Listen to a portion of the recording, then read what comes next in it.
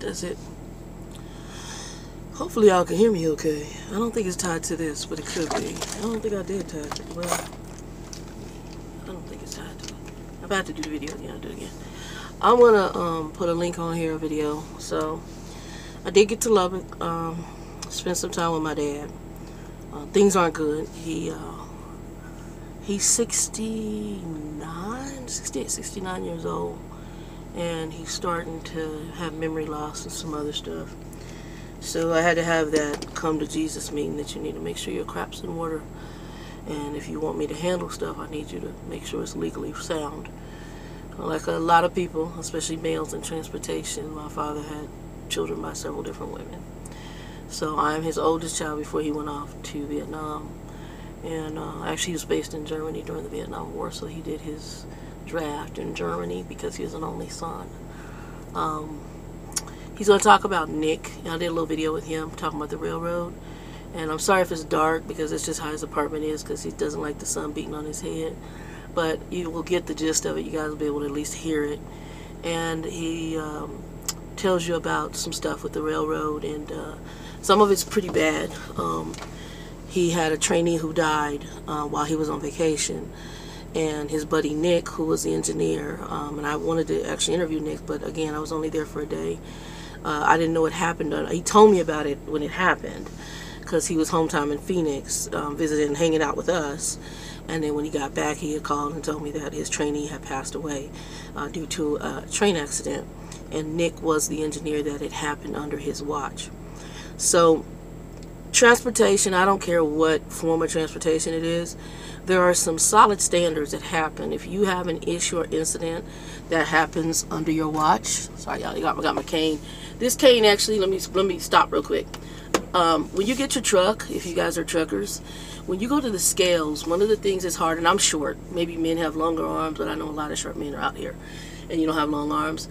When you pull up, a lot of times reaching out to that, hit that button on the scale, like the cat scales, is horrible. So I did this back years ago. I bought one of these canes, put it through the window, and hit that thing. It's a walking cane, but you can get with any one of them. This one's like $10 at Rip Griffin's in Lubbock. And I have another bamboo one I was walking with when I first came back to the truck due to the fracture. Anyway, you're going to hear him talk about that situation. Give you a little more tidbit. He's going to mention a little bit of racial stuff in transportation. I didn't make it really long. I just wanted to get him, give you guys a little bit of overview. And I really didn't tell him I was interviewing him. I just let him talk. So I recorded a little bit of it. I hope you guys enjoy it. He did give a little insight to how he got on at the railroad, which it used to be more family-based, or you had to know somebody to get in. He talks about the fact that, I don't know if he hit that, but it might have been after, because he talked a little bit more after I shut the video off. But he had, when he went to it, he was working as a respiratory therapist at a hospital, and the guy asked him, why you want to leave that cushy job you got at the hospital? And he told him, look, I grew up on a dairy farm, hard work don't bother me. And the guy liked him and went ahead and hired him, and then my father retired out from the railroad. So sometimes what people think is a good job, a cushy job, like corporate jobs, things like that, I don't think they realize it's a different type of stress, it's a different type of mentality, and that's not a fit for everybody. It's like if somebody came into transportation, it might not be a fit for you. So, you know, as I tell my driver manager, you got a driver who likes doing what they do. You got plenty of folks that hate this damn job. They do it just because they have to feed their family, or it's the only thing they know how to do. This is something I like to do. It's a choice, you know, and God bless it, I have a choice, because not everybody has a choice. Some people, this is the only job they know. It's the only skill set they have.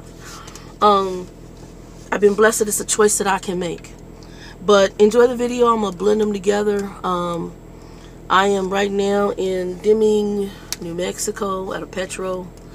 I'm going to get me a shower, and then I am exactly like just about 6 hours out of Phoenix, and so I'll be into Phoenix at probably between 11 tonight, which is Tuesday, and 1 o'clock, 2 o'clock in the morning on Wednesday. And I'll call the load there at our terminal in Phoenix.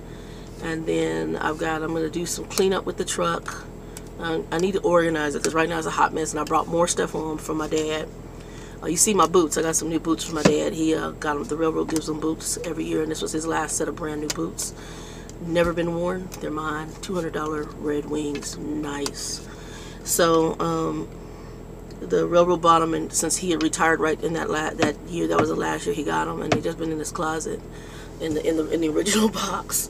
So he gave them to me because I sometimes out here when I go to cold storage, they want you to have steel toe. These are composite toe, close enough boots, because out here they don't recommend something that I got out of trucking school. They don't recommend the steel toe boots because if it crushes, it will cut your toe off. So the composite will probably crack opposed to cut, because I think it's made out of some kind of like a concrete type, some kind of putty material like that. Anyway, enjoy the vid. Okay, I got off on a tangent and I started talking about the cane. So what I was going to say is there's a standard in transportation. Oh shoot! I hope y'all can hear me. I hope y'all can hear me. I was talking and had the mic plugged in. I started talking about the cane. I didn't mean to go there and forget this part. There's a standard in transportation, and one of the biggest standards, and I had to unplug the mic, that's what y'all saw me just do. One of the biggest standards in transportation is that if an incident or accident happens, there's a screening process that you have to go through. So if any of you ever, whether it's trucking, hell, I don't care if you're flying a plane, train, whatever, if you are in an accident, it can be minor. I had a friend of mine who was a female truck driver. She was fueling her field, and the fuel splashed back in her eyes. She had to call. They did a drug screening on her to make sure she wasn't high on something or whatever, because it's protocol. So don't think they're picking on you. It's protocol. I can't imagine with having a death on you exactly what Nick had to go through, but I'm sure there was an interview questions process. There's a whole bunch, and I know he continued driving after that up to retirement. So he didn't lose his job or anything, but he's also union, so they're union. So they also have somebody who will represent them, unlike you might not have that here in trucking unless you work for a unionized company. So with trucking, I do know that you are, you're going to be interviewed. They're going to do a drug screening. There's going to be investigation. Trucking is probably a lot more cutthroat because you're going to most likely possibly will lose your job depending on, the outcome of it. Now, my instructor who had the death on her, she did not lose her job. She continued to work for him because the accident was not her fault. The person is having I think the lady was having a stroke or something and came off the on-ramp and went under her truck. It was not anything that my trainer my trucking instructor could control. So strongly suggest that you guys watch a video and you might find some information. He did say that, I don't know if I got this on tape, but if you guys are interested in applying for the railroad, you have to go down to one of the stations or depots, and then you can ask questions as to how you can apply if you want to apply for a railroad job. I don't know to what degree they're hiring or where they're hiring at in the country. He could have probably given a little bit more, but I only interviewed for a little bit because, like I said, and praying for him, he's starting to experience some definite mental stuff. I mean, he's seeing imaginary flying insects lately, and our bugs flying around, and that could be part of, I guess it's one of the things listed. A friend of mine in healthcare says listed under dementia. So he's going to be seeing his doctor, and I want him to make sure he gets everything, paperwork, everything in order, safety deposit box, all that, and then he's going to see if they can get him a caretaker that goes in and out the house. I don't live in Lubbock. I have two brothers that live there, but I think they're living with their mother and half brothers. And then the daughter's married, and she's living in Kansas with her husband and her daughter. So there's nobody there as far as his children that are with him, and then one of our brothers is I'm the oldest, the one underneath me is incarcerated. So there's not anything he can do. So at this point, he's pretty much on his own. He's not married, no significant others. So, and I can't really afford to go down there and just sit and watch and take care of him. So he's going to have to get a caretaker in there. Plus, my dad's difficult, so he needs somebody who's going to monitor what he eats. And he's got a lot of sugar in there. He's severe diabetic now. So yeah. Anyway, so even on train, even where you're physically working out, crawling up on stuff, he's starting to walk funny because I think he said his hip is hurting and his leg hurts, and I think that's from jumping on and off the train for all those years. I think it's arthritis. So yeah, he's going through it.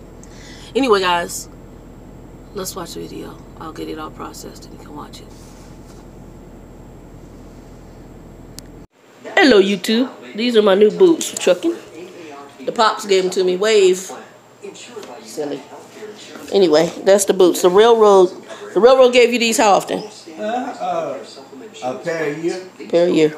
Did you get everything from them or just this? Yeah. Gloves or anything? I know you had the flashlights. I got gloves and The lanterns. and lanterns. I got to find some place to get the batteries. The batteries are at Walmart. I believe I picked some up at Walmart or Home Depot. I went and picked some up for him because you gave me one, and I picked them up because I used to use them out there on the grill. Anyway, next time I come down, we'll see if we can talk to Nick too. Anyway, this is his new little place, and I like it. Say hey, Grumpy. Hello, Grumpy. How many years you do the railroad for? 32. 32. How many folks you train? I don't know how many I trained. 40, 50, 100? When did you start training? Because we would end up training the ones that they supposedly had trained. We ended up Kind of like I'm helping a brother who's out there right now in trucking the same way. He'd be texting me. We would end up training them on JT. Okay. And trying to keep them from killing themselves. Wow. Hey, that's a fun truck. So they put them through a classroom training, and then they went through a live on-the-job training with y'all. So it's kind of like what we have at trucking. They go to trucking school, they get their license, and then they put them on a truck with somebody so they can actually train them on the live environment of driving a truck and hopefully not rolling the truck over and killing people on the road. Yeah. Granted, you know where I work. Don't mention it. So it's like you got because the railroad is like Unforgiving, just like trucking is. One bad move and it's your ace. Yeah. The railroad is the same way. Okay. I had a friend, he had that much of his foot. How far down? This much of his foot. Wow. And this much of his leg. Oh, so he lost a leg and a part of a foot. Ooh. He had one dude, he lost both feet. And a friend of his was walking down the track and found both his feet sitting side by side. That's the way his friend just went all the way off the nut. Oh, wow. For a while. And well, that would mess some people up. And see, like Nick, when I came out to Phoenix on vacation.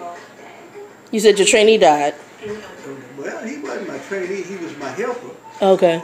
But he didn't like to be, you know, he didn't like to be helper. I mean, conductor. He just liked to be helper. He'd do anything he wanted to.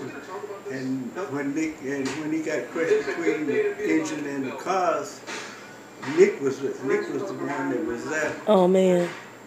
Nick wasn't the engineer driving, was he? Yes. Oh wow. So Nick has to go through like an investigation like what we have to go through if something like that happens. Investigation and see the nut roar, see the doctor. And, you got to do the urine test, make sure you ain't on drugs, all that stuff, alcohol. The whole and then you interview, and then they put you on a suspension. It was bad enough that he killed the dude because, what's his name? He was another engineer was his stepdad. Wow. Wow. So he brought him into the truck, into the train, and him and his dad were both in the train industry. Yeah. And then the son died on Nick's watch. Nick has to go through the investigation and still work with the daddy. Wow. That's hard. Because Nick was the engineer, and they were shoving some cars in. They got them shoved in. They come out. They were gonna go down this clear track. Well, the problem was this other track had rolled out just enough to get that steps of the engine, and that's how he got caught in that. I'm gonna put you on Facebook on this story because I told him I'd interview you when I came because I get a lot of guys who want to do different stuff in trucking or in transportation. So I had Bill do an interview talking about 42 years in trucking, And I'm going to do more with him when I see him, because Bill's got a whole bunch of information. But I got people I know who sometimes hit me up and say, hey, you said your dad was in the trains. What can you tell us about the train industry? But can they still get on if they try today? Are they still hiring or no? I don't know what they're doing. They have to go down and down the depot and go in there and ask. Okay. All right. See, when I hired, you had to know somebody to get in. And most of the time, if you had to get in, you had to be a relative. So it's a family-based industry. Oh yes, that's what it was. And then, you know, we had a whole bunch of us on there. Black folks helping black folks. No, it was just there wasn't that many black folks there. Oh, you mean the white folks helping the white folks and very few of us? Yeah. Okay, it's like trucking.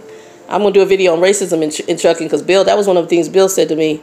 He told me, he says, we need more women in trucking, because the industry changed when women came in. Mm-hmm. Because, like, the truck stops started getting cleaner, like they showers and how they took care of stuff.